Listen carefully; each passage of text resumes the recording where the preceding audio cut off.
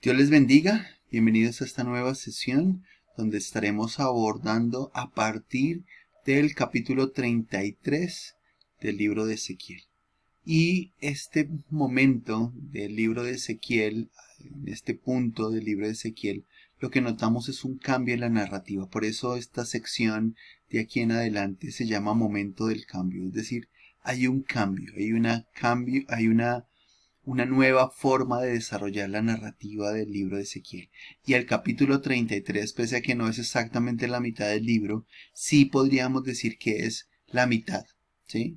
No en términos numéricos, pero sí la mitad del libro, en términos de el desarrollo de la historia. Hasta este punto, lo que hemos venido revisando es cómo Dios venía hablando acerca del juicio que venía, acerca del castigo que venía, de cómo el pueblo de Judá, el pueblo de Jerusalén merecía un castigo. Era explícita la forma en que Dios les mostraba lo que habían hecho y por medio de eso que era completamente justo que recibieran un castigo. Pero en este capítulo 33 finalmente ellos se enteran de que la ciudad ha sido tomada, de que Jerusalén finalmente ha sido tomada, ha caído Jerusalén. Entonces, en este capítulo 33, cuando ellos realmente se enteran, no es que haya pasado en este momento, es que en este momento ellos se enteran de lo que ha ocurrido, ¿sí? En el capítulo 33, en el versículo 21 dice: aconteció en el año 12º de nuestro cautiverio, en el mes 10º a los 5 días del mes, que vino a mí un fugitivo de Jerusalén diciendo: la ciudad ha sido conquistada. Recordemos que ya lo habíamos mencionado unas historias atrás, unos capítulos atrás, cuando Ezequiel les cuenta: en este momento está cayendo la ciudad de Jerusalén. Pero ellos lo consideraban como una profecía, como una visión, ¿sí? Pero en este punto es la comprobación de eso que había sucedido. No sabemos exactamente cuánto les había tomado a este fugitivo llegar desde Jerusalén hasta aquí, a Babilonia en el exilio, pero es decir, esto fue algo que ya había ocurrido, pero en este momento es cuando se sabe. Y ya cuando el pueblo que está en el exilio sabe lo que ha ocurrido, que finalmente todo lo que Dios había dicho, finalmente se ha cumplido. Se ha cumplido el castigo que Jerusalén merecía por causa de su pecado. Entonces llega la noticia de la caída de Jerusalén. Termina así por completo la mudez del profeta Ezequiel, lo menciona en los versículos 23 y 33. Se determina el cumplimiento de las primeras profecías sobre la caída y destrucción de Jerusalén, y el profeta expresa sobre aquellos lugares asolados en Israel, ¿sí? Las cuales merecían precisamente ese castigo por causa del pecado. Entonces, al haberse cumplido la profecía, al haberse cumplido el castigo que Dios había prometido, que Dios había dicho que ocurriría, entonces empieza un cambio en la narrativa. Hay un cambio en la narración que hace el profeta Ezequiel. Desde este punto en adelante, el mensaje se manifiesta a través de sueños felices acerca del futuro, de esperanza, de restauración. Incluso la misma vida del profeta Ezequiel pasó a ser más feliz. Recuerden que él mismo tenía que dramatizar, él mismo tenía que representar esas profecías sobre el pecado, sobre el castigo, sobre el dolor.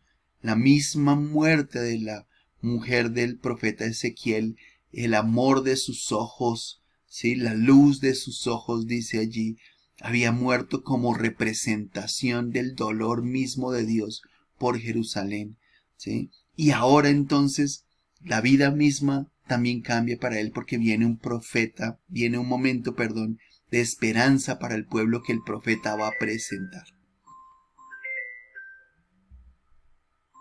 Entonces, como la caída de Jerusalén era un aspecto central del libro de Ezequiel, ya habiéndose cumplido el hecho de que Jerusalén había caído, pues ahora el trabajo de Ezequiel como atalaya cambia, ¿sí? Se amplía y sigue anunciando.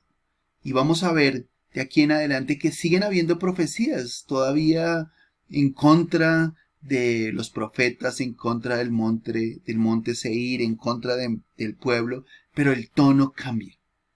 Quiero que eso sea bien interesante y que ustedes lo identifiquen en el proceso de la lectura del libro. En música, las tonalidades cambian. Usted puede escuchar una misma canción, la misma letra en diferentes tonalidades, ¿sí?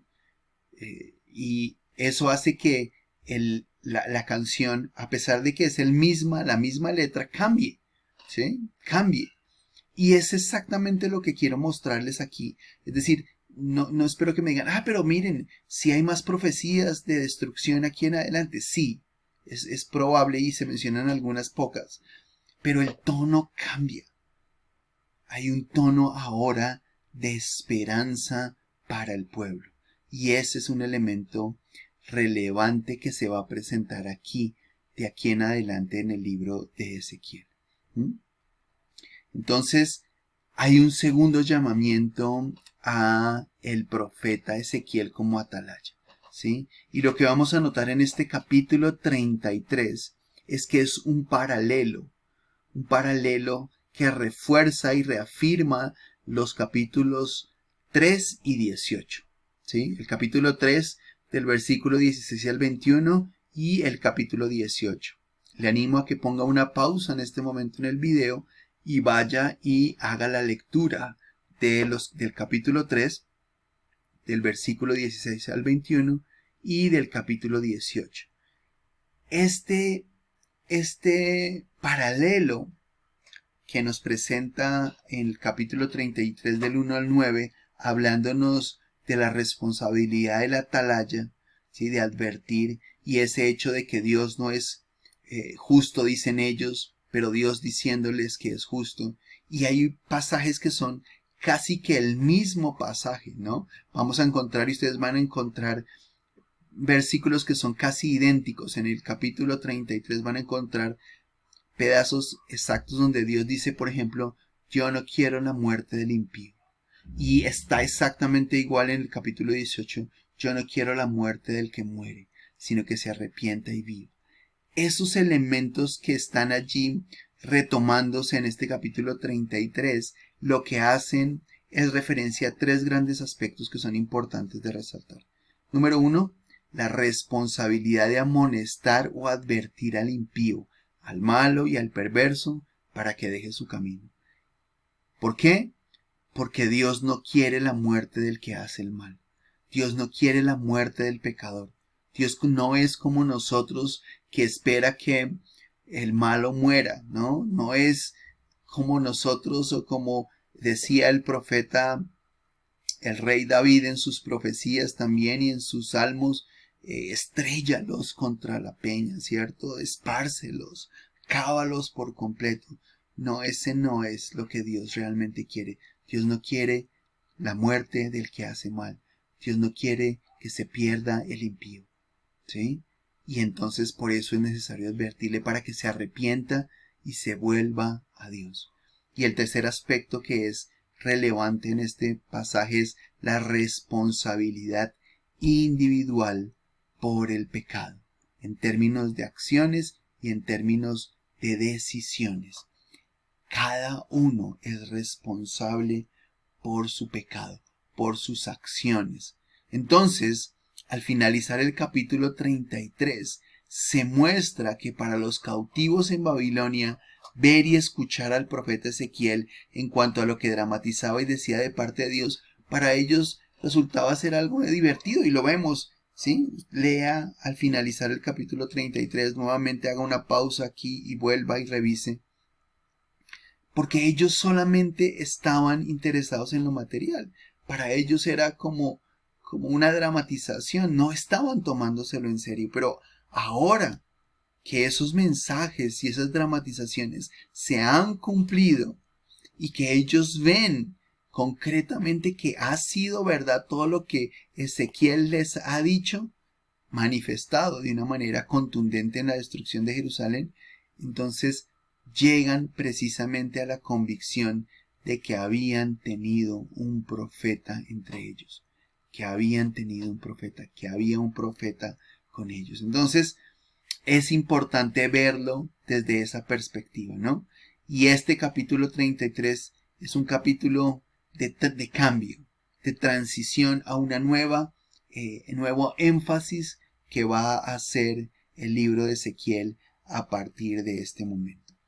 Espero que haya sido interesante y vamos a mirar la segunda parte de esta clase a partir del capítulo 34 en el próximo video. Dios les bendiga.